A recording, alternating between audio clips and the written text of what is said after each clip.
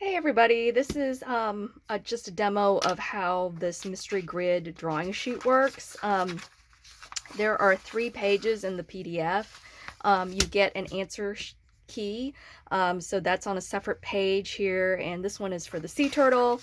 You have a sheet with the mystery grid boxes that you'll want to give to your students so that they can go ahead and fill the actual worksheet. So name at the top, they are given the directions that they fill in the square with the corresponding,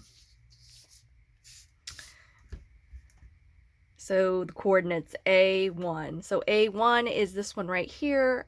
I would have them do this in pencil. I'm using a gel pen just so that you guys can see the line marks that I'm making here.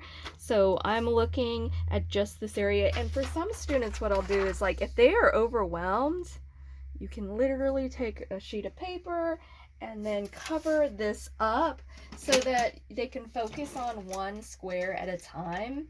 Because for some people, it could be overwhelming just seeing all of those squares. And it's really about understanding that, this whole idea of proportions. It's the idea of being able to, like, break something down instead of being overwhelmed by the whole. So I'm just going to go ahead and look at here. It starts at the bottom, and then it goes up. There you go. And that one is complete.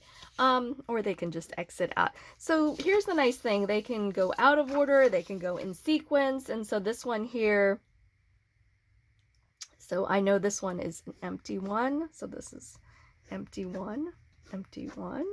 So there's a few of those right there. Okay, so I could go to A5, going to letter A, go down 5, and so I'm just going to bring this a little bit closer so I can see this.